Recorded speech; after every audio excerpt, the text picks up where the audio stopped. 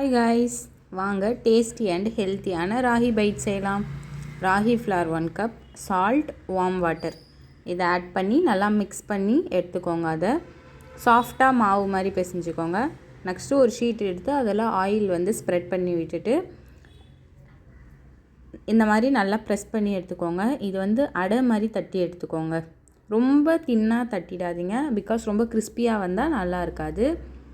So சாஃப்டாகவே இருக்கட்டும். இந்த மாதிரி நல்லா ப்ரெஸ் பண்ணி எடுத்துக்கோங்க. நெக்ஸ்ட்டு ஒரு பேன் பற்ற வச்சு அதில் ஆயில் அப்ளை பண்ணி இதை போட்டு எடுத்துருங்க.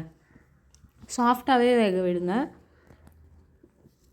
நெக்ஸ்ட்டு மிக்ஸி ஜார் வச்சு அந்த மிக்ஸி ஜாரில் நம்ம செஞ்சோம்ல அதை பீஸாக கட் பண்ணி இதில் ஆட் பண்ணி கிரைண்ட் பண்ணி எடுத்து ஒரு பிளேட்டில் மாற்றிக்கோங்க.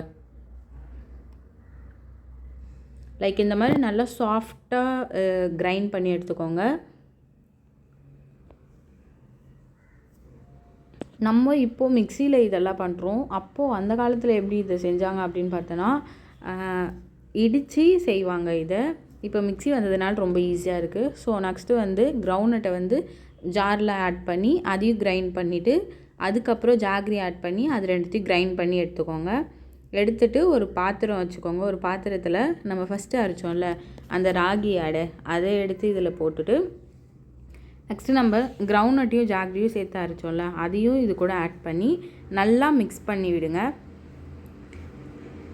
கூட வந்து செசமி சீடு ஆட் பண்ணிக்கோங்க. பிகாஸ் இது ரொம்ப ஹெல்த்தியாக இருக்கும். அதையும் நீங்கள் ஆட் பண்ணிக்கிட்டீங்க அப்படின்னா, நம்ம வீட்டில் நிறைய பேர் ராகி கஞ்சி இதை மாதிரி வயிற்றில் ராகி களி இதெல்லாம் நிறைய பேர் சாப்பிட மாட்டாங்க. பட் இதை செஞ்சு கொடுத்து பாருங்கள், கண்டிப்பாக எல்லாருமே சாப்பிடுவாங்க. டேஸ்டியான ஹெல்தியான ராகி பைட்ஸ் ரெடி ஆயிடுச்சு. Hope you guys like this video and thanks for watching.